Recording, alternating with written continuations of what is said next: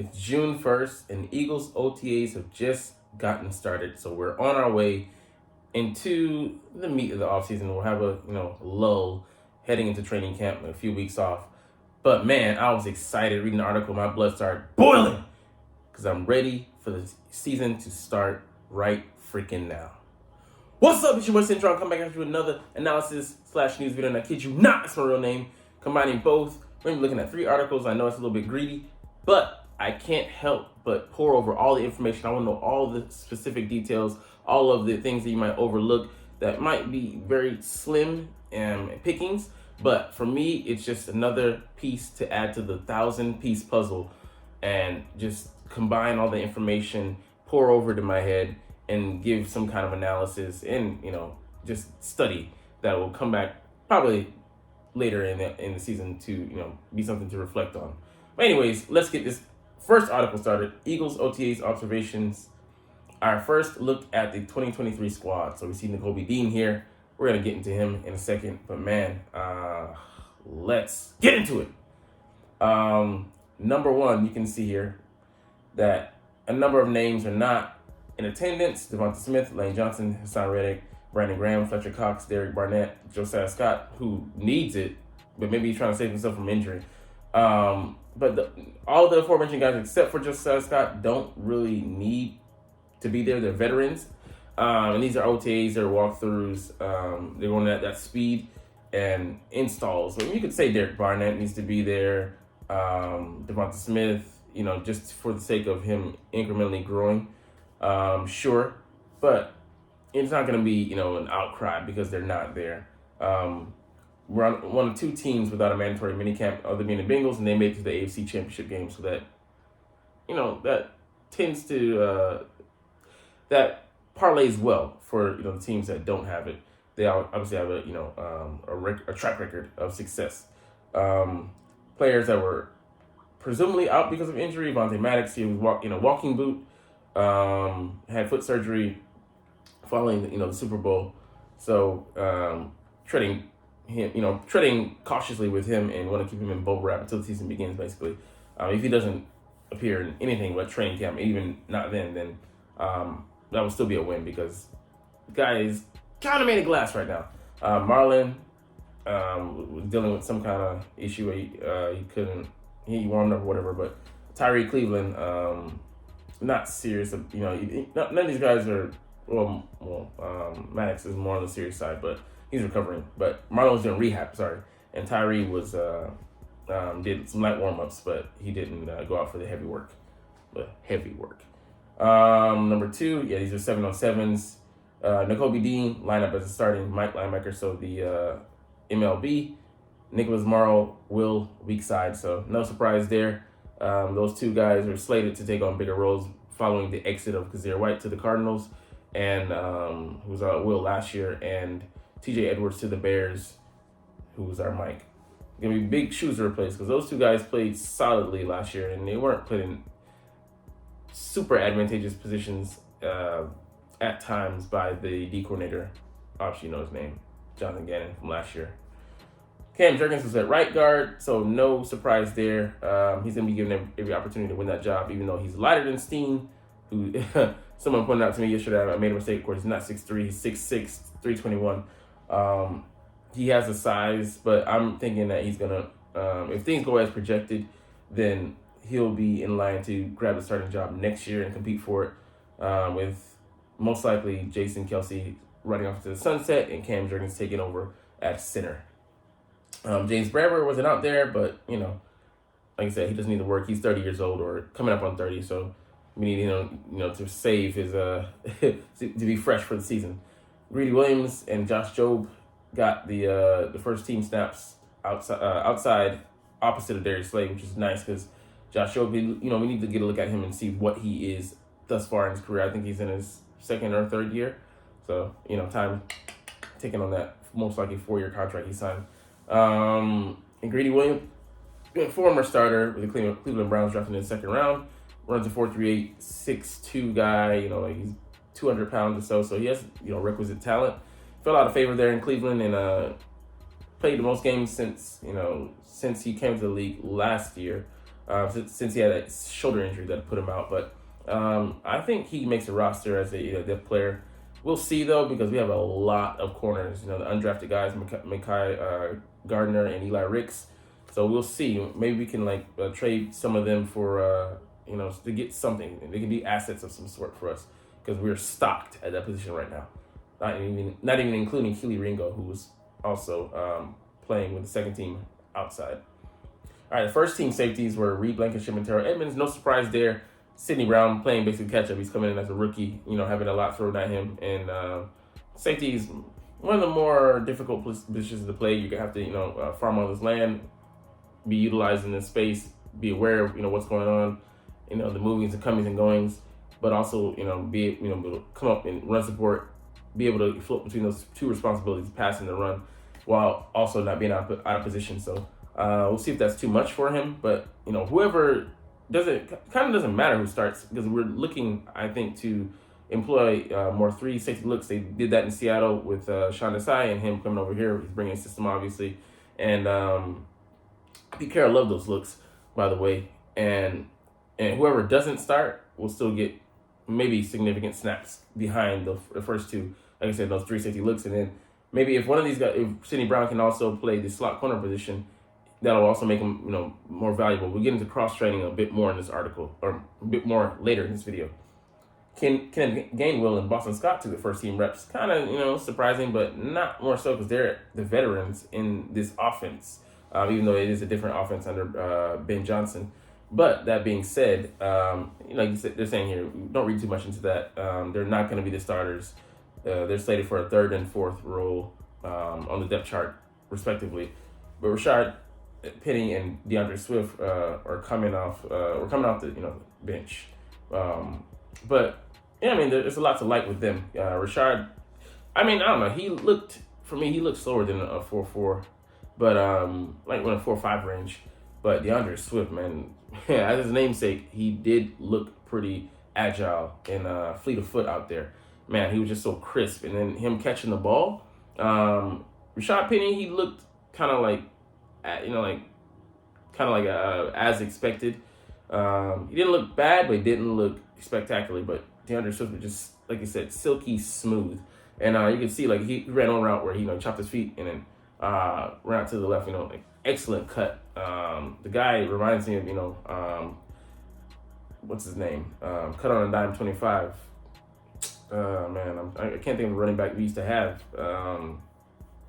LaShawn McCoy. There he is. But yeah, the way he can jig and move out of these cuts, maybe that was like a Texas route for me, option route. So I think we'll definitely make use of him, and the running backs will be highlighted coming out of the backfield. But like I said, we'll get into that a little bit later. A few interesting cross training items. Zach McPherson, the guy has the requisite size, man. He's a 3rd-year guy, so we need to see, like I said, he's on a 4th-year contract, just like one of the guys above. What we have with him, he's got decent size, 5'11", $191, and runs a 4.4, like a 4.46 or 4.48. So got the requisite size and speed, but can he handle the rigors like he did at Texas Tech in college? And he played the slot position, so it'd be great because like they're saying here, Maddox has missed time in the past 2 seasons, especially. It's just been to our detriment. We had Josiah Scott out there. He got eaten alive, was targeted. Teams moved their number 1 receiver into the slot to take advantage of that matchup. And why wouldn't you? Chiefly like CeeDee Lamb against the Dallas Cowboys with Dak Prescott starting in Dallas that game. Just you can put on the tape. They're like, okay, matchup, and he just routinely worked him over. And I think maybe for a touchdown or 2. He did get a pick, I think, in that game. But yeah, it was after they completed 9 or 10 balls. And then it was 9 or 10 because he picked the ball. But he did put himself in a great position. But it's kind of after seeing that same play over and over again, buddy, do something. Don't just be a turnstile out there. But McPherson could solve that issue. And like they're saying here, it'd be great to have inside-outside versatility. He could save us potentially a roster spot where we could look to pack it in, at other positions. And another guy here, Kyron Johnson. I mean, just it's tough sledding on the edge. He's like maybe he's number 6 in the pecking order on the edge rushers. So try to get yourself, make yourself more versatile. Maybe play yourself into a roster spot. At the very least, like I said, having that versatility could save you over in a competition, edge you out over someone else. Pause. But yeah, it'd be nice. He's only a second-year player, so maybe he can make that jump.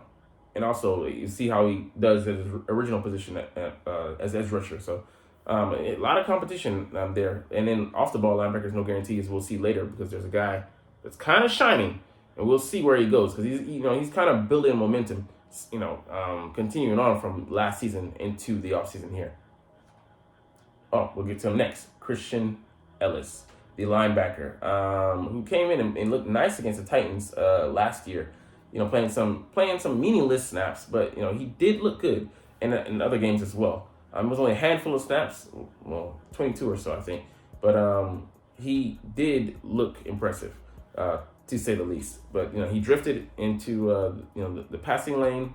And intercepted the ball that Marcus Mariota underthrew. And yeah, we don't have shining quality behind Nakobe Dean and Nicholas Morrow. If one of those guys goes down as is, we are in big trouble. But who knows? Maybe Christian Ellis could be a saving grace with us playing at that position and playing the way he is. If he can continue and build some consistency and keep going with this momentum, he could play his way onto the roster because, we have guys that are more highly touted as higher draft picks, second-round pick, and Davion Taylor, and third-round pick with, sixth-round pick, I want to say, and Sean Bradley. But, those guys have a higher pedigree. Hey, but, all's fair in love and war, and this is war and, competing for those spots. And I think maybe we keep 4 to 5 linebackers and versatility, especially, playing on special teams, will give you an edge. But being a decent linebacker would also help your issue because we actually need you to play the position, not just be an LB in name only. So it'll be great to see what he can continue to do heading into training camp. But a name to keep your eyes on. Quez Watkins is running with the first team. No surprise there. They're giving him every chance to win this slot receiver job. He caught some balls. He had like two or three miscues, and it's like there's this typical Quez that we know. But this pass here kind of like shows why the Eagles are so high on him, and they're reticent to just jettison him into the offseason, into someone else's waiting arms. Even if you get like a 4th or 5th round pick for him when he was originally a 6th round pick, which would be a gain in the overall cosmos.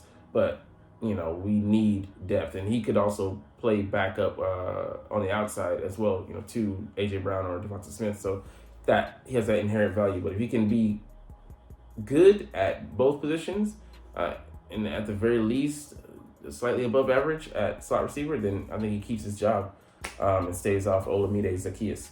But he caught a pass over the middle. Nice catch. He caught it over the outstretched arms of Darius Slay. So and Slay was shining today. He's was the MVP basically for, I would say, all players. He just was consistent as hell and looked, like I said, in midseason form. But yeah, he needs to bounce back. So we'll see if he can build momentum, like you're saying. This is the second OTA, out of 6, and it looks good that guys were kind of like hitting some kind of stride. But it's still early on, and it's 7-on-7 at most. No 11-on-11. The Eagles don't do that in OTAs. So we'll have to temper our expectations, but it is nice to hear this news about the players. Hurts had some up and downs. Slay broke a pass to AJ Brown on the back shoulder.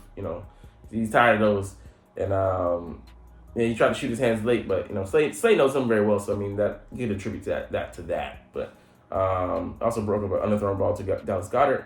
But yeah, man, Slay's looking good. Like the rumors of his demise have been greatly exaggerated. He's out there slaying. All right, forget that. But Goddard, he made a nice fingertip grab over the middle on a pass that was rifled in there by Hurts. So I'm sure it hurts, but pause. Pun intended. But it's nice. He locked on him. Got put in a place that only he could catch it, and he delivered. he's been doing drills with the receivers, so his hands are potentially going to be even better this year, which is, like I said, just should be terrifying for the league. Dan Arnold, veteran, made an impressive catch, and he got some high fives on the sidelines from the Titans for that. But it'd be nice if he can secure that job behind Goddard. But we'll see. You know, the other young guys, I'm sure they're hungry. Grant Calcaterra and Jack Stoll. You know, so one of them is also going to make the roster. So I mean, it's 4 guys. I don't think we keep 4 tight ends. It most likely come down to 3, I think. Ty Zettner, he was winning the battle. We'll get into that a little bit later. DeAndre Swift has caught 156 passes over 3 years. Do the math, that's like 50 catches a year. 50.5 or 50 point, whatever. But yeah, he looks smooth coming out of the backfield. I mean, just the crispness, you know, with which he runs the routes and he can stem, gives us a great element that we didn't have last year. And like they're saying, Dean confirmed that, Morrow confirmed that Dean is wearing the green dot, so that means he's going to be calling the plays. He's going to be Sean Desai's avatar out there on the field. And they're saying it's a huge responsibility, but he was a smart player. Maybe majored in engineering at Georgia, but yeah, he's known to be a leader, charismatic guy who can bring the guys together.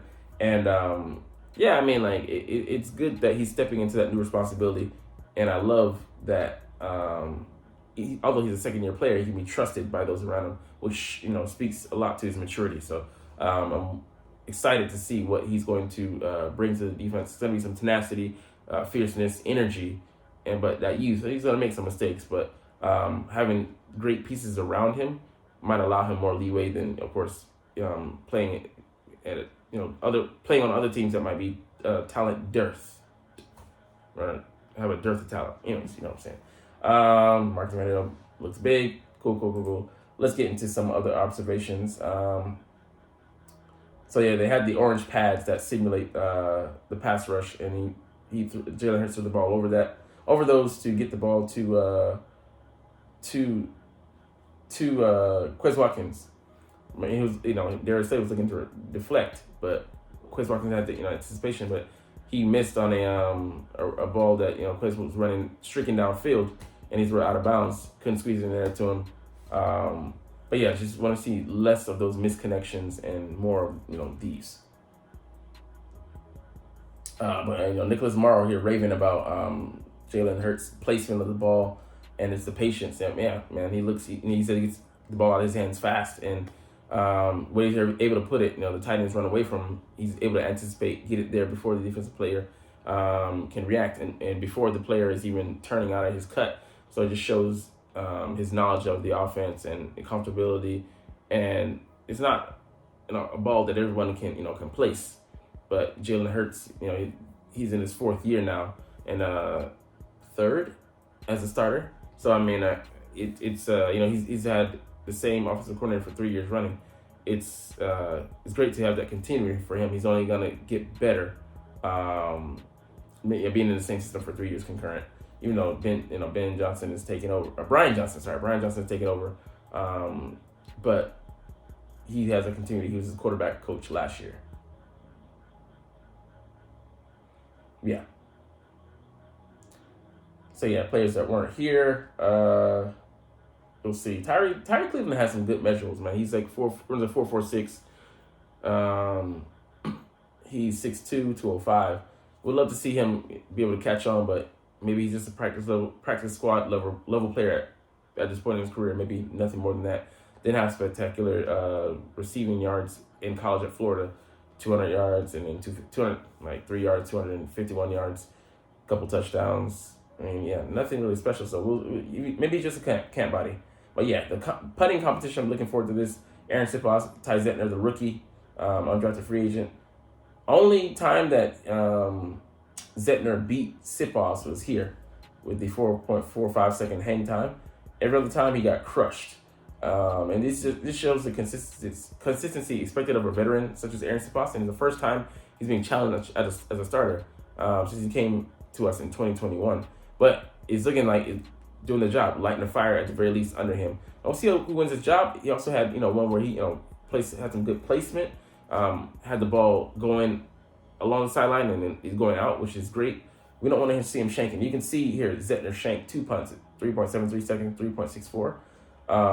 But yeah, we'll see. It's only the first day of OTAs that we saw. The second day in a row, and can the rookie learn from the veteran? Can he step into it? Because he also can do place kicking duties, which give us a great insurance policy. He can maybe practice that on the side as well, but we want to focus on punting, of course.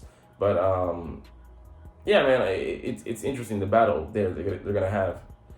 We might not see it as important or salient. It's not a top priority, but for me, every position, special teams was the one squad hanging, holding us down last year, and we did get better in increments, but it still wasn't where we needed to be. Yeah, more on the starting safeties. Yeah, Sidney Brown and Justin Evans, I think, can make the roster. Depending on what the battle is between Kayvon Wallace and Justin Evans. We'll see who wins that battle. But my money right now is on Justin Evans because Kayvon Wallace is the veteran in the defense, so it'll be interesting because this guy has been traditionally hurt. Yeah, the guys who can catch the ball, I would say, Kenneth Gainwell, DeAndre Swift, and behind them, he's solid, Boston Scott. Rashard Penny, he's the worst of these guys, but still, he was better than Miles Sanders last year, I believe. But if that's your worst pass catching back, we're in a great position. And Tanner McKee, being compared to Nick Foles here, slow your horses, size, and the way he gets in rhythm, launches the ball. But he's a big, tall guy, who can launch from an awesome platform. So that's a thing to watch and see how he plays going into the season. Building up to the season, and see if he plays his way into a roster spot, or most likely a practice squad spot. Say that 3 times fast. All right. Quez Watkins got banged up a little bit in practice, man. It's something you don't want to see. But it didn't look serious, but just something to monitor, man. These guys need to come out. We need to come out of this mostly whole, healthy. So I hope we can do that. Depth chart. Yeah, we covered this as well. Jalen Hurts stock down, I'm just kidding, but it's early in the off season. But I love this, that Slay really gets his hand to disrupt the catch points. That means just in the nick of time, he got it, in there and knocked it down. But he just got great timing. As expected of the veteran, but it's good to see that, he's kind of picking up where he left off last season, even though poor Super Bowl showing, but I could attribute that, like I said earlier, more to the defensive coordinator than that the players, because it was such an epic fail that you just had to put that squarely on the shoulders of the top soldier, or the one calling the plays, the general. All right, it's good to hear this, that Smith, Nolan Smith is they say he's bigger than expected in person, which is awesome. But he's just bringing the energy. He compares himself, he's built more like Hassan Reddick. He compares himself more to Brandon Graham, and he brings the juice. Your boy just pure energy out there. And he got into, Goddard's face, or trying, he rattled to the ball and was, trying to strip him.